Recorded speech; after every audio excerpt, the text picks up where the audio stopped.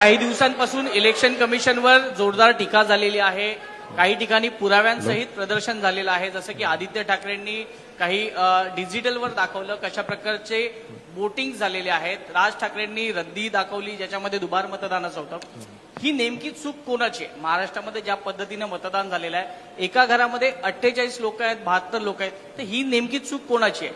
जर ही महाराष्ट्र निवडणूक आयोगाची नाहीये तर नेमकं ह्याला जबाबदार कोण आहे? नाही, आता ऍक्च्युली जी मतदार यादी आहे, मतदार ही भारत निवडणूक आयोगाकडून मतदार यादी आम्हाला मिळाली. म्हणजे ही चूक भारतीय निवडणूक आयोगाची आहे? आमचे जे पॉवर आहे ते दुबार मतदार आम्ही आयडेंटिफाय केलेले आहेत आणि याशिवाय ज्यांचे नाव त्याच्यामध्ये आलेले नाही ते सुद्धा आम्ही इन्क्लूड या मतदार यादीमध्ये केलेले आहेत आणि त्याप्रमाणे ही मतदार यादी फायनली आम्ही पब्लिश केलेली आहे. मग एका घरात 72 लोकांची जी यादी आहे त्याला जबाबदार कोण आहे? काय? एका घरात 72 लोकांची यादी आहे, सुलभ शौचालय असेल किंवा आयुक्तांच्या घरात जी यादी आहे त्याला जबाबदार नेमकं कोण आहे? नाही, आता याच्यामध्ये ही जी यंत्रणा आहे मतदार यादीची यंत्रणा वेगळी आहे.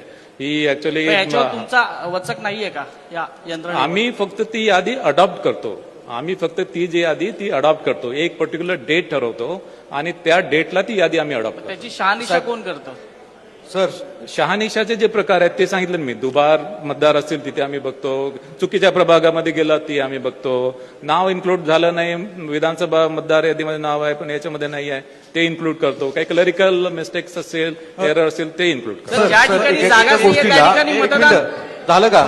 ज्या ठिकाणी ज्या ठिकाणी जागाच नाहीये, फक्त रिकामी आहे त्या ठिकाणी मतदार आहेत. मग हे याच्या संदर्भात काहीतरी असेल ना, काहीतरी जबाबदारी असेल साहेब.